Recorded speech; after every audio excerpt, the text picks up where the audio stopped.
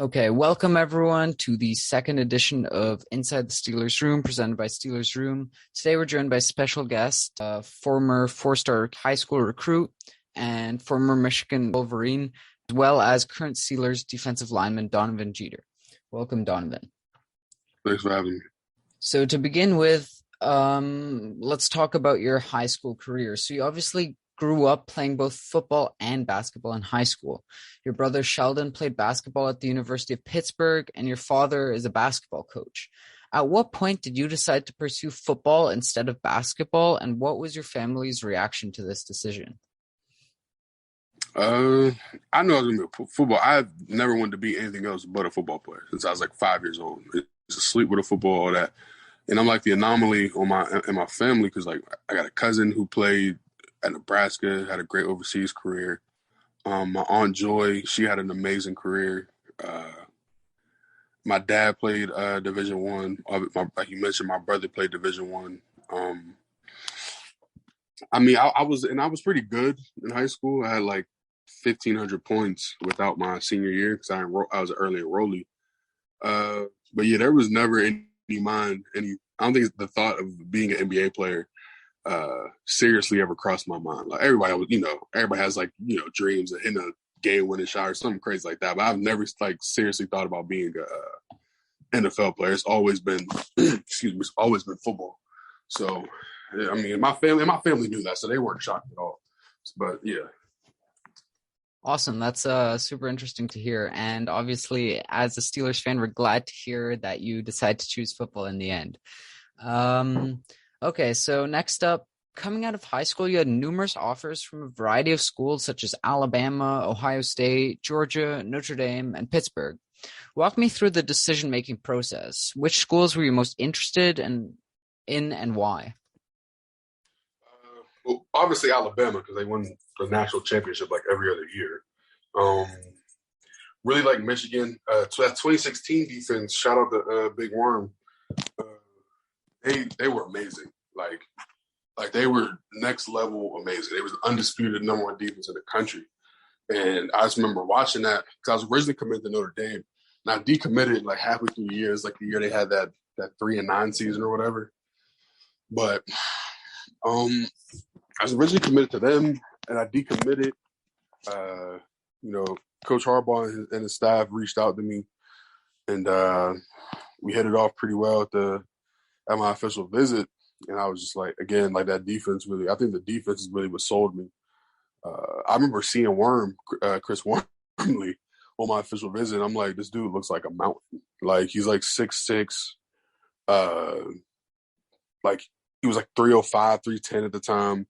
And literally he played six technique. Like he was the starting defensive end. Like that's how big and strong and fast that defense was. Because there's a lot of great stories about Big Worm speed. But ultimately, just and then plus the connections, the pro connections at Michigan. Obviously, a great Coach Harbaugh had a great NFL career. Obviously, a great coaching career. Um, And plus, everybody on staff at the time, Greg Madison was my defensive line coach. Loved him. Legendary D-line coach. Don Brown, great defensive coordinator.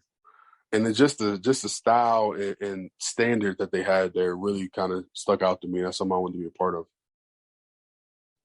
Great. That's a really interesting story about how you actually got to meet Chris Wormley before you got to Pittsburgh. So next up, so throughout your 5 years at Michigan, is there any memory which you would call your favorite, or is there a certain game which you'll never forget?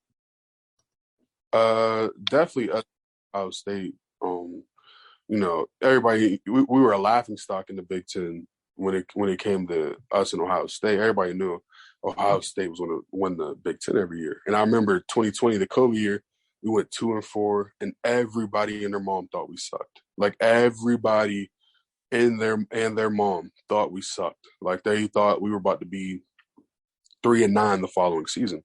And I just remember being in the weight room for winter conditioning, and I remember being in front of the group and telling guys it's only us. Like nobody, like yeah, and that's the phrase "it's only us" is like a really overused term in sports. But in that moment, it was nobody believed us. They gave us a 0% chance to win the Big Ten. They gave us a 0% chance to make the college football playoffs, and they gave us like a 0.1% to win our division. And so definitely that Ohio State game was kind of like you know, and I think my favorite part about that game, I mean, I had a TFL, I made some good plays, but I think the favorite part about that game was walking out of the tunnel and it was snowing. Like I love playing in cold weather, and so walking down that tunnel when it was snowing, like it was a really surreal moment, and I knew right then we was gonna beat the brakes off them. So I'm glad it came to fruition. So, also throughout your career, were there any players which sort of stood out to you, which seemed just to be so much better than everyone else? Uh, D Bush, um, him, D Bush, obviously Aiden Hutchinson. He went big Hutch. He went number 2 overall. Rashawn Gary, Josh Uche. I could really go down I could really go down the line. That's a tough one. I probably go with Devin Bush, my boy Bush, because he was doing things at middle linebacker that you weren't supposed to be doing, like normal middle linebackers were supposed to be doing. So yeah, I'd have to give the slight edge to my boy Bush. It's great to hear. Okay, so moving on. Um, After your college career, you're obviously eligible for the draft. Walk me through your draft preparation. What did a normal day look like for you? I would get up, train at 10. I stayed to train with my coaching staff, my strength staff in college because I had 2 kids and I didn't feel right about like leaving my girlfriend with our 2 children while I go train somewhere in Florida or wherever. So definitely definitely would get up and train at 10. Um, Usually get done around like 12. I do my field work from 12 to 1, go get treatment. I'd be back at the house like 2, and then I would do my own like lift at nighttime, probably around like 6 or 7, and then just repeat the process. Wow, sounds intense. Um, Great. Anyways, so on to the draft. What were your thoughts going into the draft? Were there any specific teams which had expressed interest in you? Well, the Steelers they flew me out on the top 30 visit. Um, so and I was, but I like, but that whole time I was telling myself like, that doesn't really mean nothing. Like, every team flies guys out that they don't end up picking up or drafting or whatever. So I was like, I was very grateful that they flew me out. It was top notch everything. Um, but during draft day, well, going into the draft, I was like, my agents was telling me like you could be, early as the 5th round all the way to undrafted, and I was like, that's fine with me. Like, I just need to get my foot in the door and show that I could play because my film, you cut the film on, it doesn't lie. Like, and that's your film is your walking, breathing, living resume. So definitely, I was confident in my film. So whether I knew whether I got drafted or whether I didn't, I was confident wherever I went because one, I always got to believe in yourself, and two, like I said, I know I got the film to back it up, and then plus even my stats from this past year, guys were playing 600 snaps, having less tackles than me. I'm not gonna say nobody's name, but like I had 287 snaps and I had 25 tackles. I know guys at other major universities um, that played probably double my snaps if we had the same production. So, like I said, I really believed in myself in that aspect, and so going into draft day, like I said, I knew wherever I went, wherever round I went, or whether I went undrafted, I was gonna be good. That's a great mindset. Obviously, mindset is key in becoming a professional athlete and even just becoming a great person. So awesome to hear. Anyways, growing up a Steelers fan in the state of Pennsylvania, what did it feel like for them to call you to sign you as an undrafted free agent? It was ecstatic. I was ecstatic. They called they called towards like the middle or towards the end of the sixth round, and I remember my agent called. Excuse me, my agent called me and told me like, yeah, if you go undrafted, the Steelers got a contract waiting for you. And so I was watching the draft. I was just chilling. I'm like, oh, I wasn't getting stressed. I wasn't like getting being nervous or anything like that. But it was definitely an amazing feeling when I got the call and I was officially a Steeler. So that was definitely probably one of the best feelings of my life. That's great.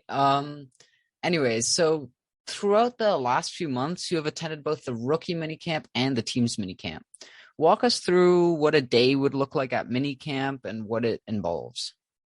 So rookie minicamp, uh, we had a team meeting at I believe it was 8. It was 8 or 8:30. Then we had meetings. Then we go practice, and then pretty much done. And then minicamp, excuse me. The rookies would lift at 7. We had team meeting at 8, and then we were on the field usually around give or take like 11 for practice. And then after practice, the vets were good to go, and then obviously the rookies had to go meet with their coaches and stuff like that, and then call it a day. Sounds good. Awesome. So, um, moving on to sort of a bit of reflection. After having spent some time with the team this offseason, which players stood out to you the most and why? And which players have you grown close with in recent times? Uh, it's kind of hard to say who stands out because we're not in pads yet. But as a whole, I think we looked really good as a team. Everybody's running fast. Everybody seemed to be in pretty good condition. And in terms of who I'm closest with, probably my boy Marv and Chris Steele. We spent a lot of time together, like really good dudes. So those are probably who I'm closest with. But in terms of like who stood out the most, it's kind of hard to tell, man. Like football is played in pads, so everybody, in my opinion, everybody looks good in shorts. So we'll see. We'll see when camp starts. That makes sense. That makes a lot of sense. Anyways, as we're now a few months away from a regular season, are there any goals which you still would like to achieve this off season? And what are your goals for your rookie season? My biggest goal is to make the team. People understand like we're taking 90 people into camp or something like that. And only 53 stays. So like obviously a lot of competition going on. This that and the third. So our biggest goal is to make the 53-man roster, and then after that, God willing, I do get I make the 53-man roster and I get to play. It would just be to contribute as much as I can, to contribute and be productive, and just learn as much as I can from these older guys. We got great vets in the room. Obviously, we got Cam Hayward, Big Tyson. We just signed Big Larry, so like, I'm really hoping I can learn a lot from him. Obviously, we got Chris Wormley. So I think, like I said, my biggest goal is to, like I said, first I'll make the team, and then if I do get a chance to see the field and be in the rotation, definitely just want to be productive and want to contribute and then just learn as much as possible and take everything in.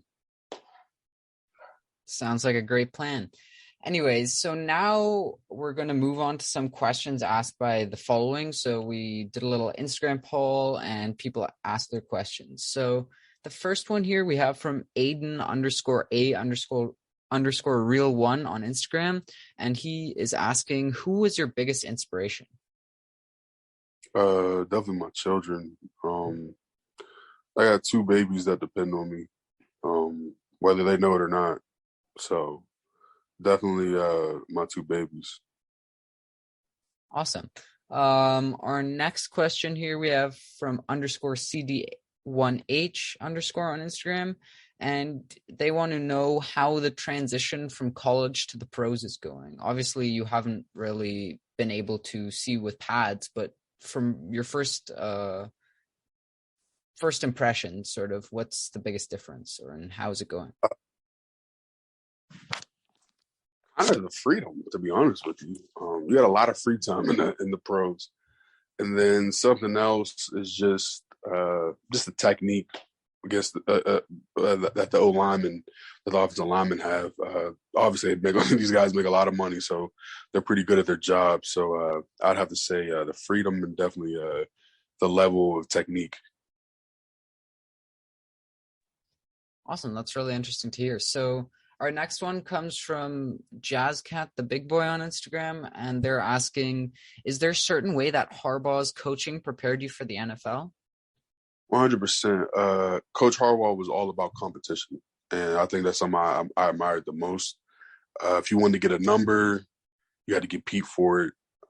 We had always had competitions in the weight room. Obviously, like competitions in good spirit. Like not trying to tear anybody down or anything like that, but just the competition aspect of it, and then the workload in terms of the meeting and really taking care of your body, all that. I think Coach Harbaugh and his staff did an amazing job preparing guys for the NFL. Great, thanks. Next, we have one from Aiden Ariel on Instagram, and he is asking if there is someone particular on the team that you would say is helping you the most. Probably Tyson Alulu. Um, I get to work with him when we do like our individual drills, our indie drills. I get to work with him pretty much one on one. He's been very helpful. But all of them have all of the vets are open book, man. They're quick to help you. They're never stingy with information. They want everybody to do well, and they're genuine about it too. That's the thing. Uh, Also, my boy Montravius, he's probably been in my ear the most because, like, obviously you have bad plays, and as a young guy, you can get down to yourself sometimes. So he's always been in my ear, like, "Oh, you'll be all right. Keep doing what you're doing. You look good. This, that, and the third." But probably Tyson and Montravius. Wow, it sounds like a great group of guys and a great environment around you. So next question comes from Derek Miller. Sorry if I mispronounced that. And they're asking, what skill set do you believe that you bring that will help you earn a roster spot?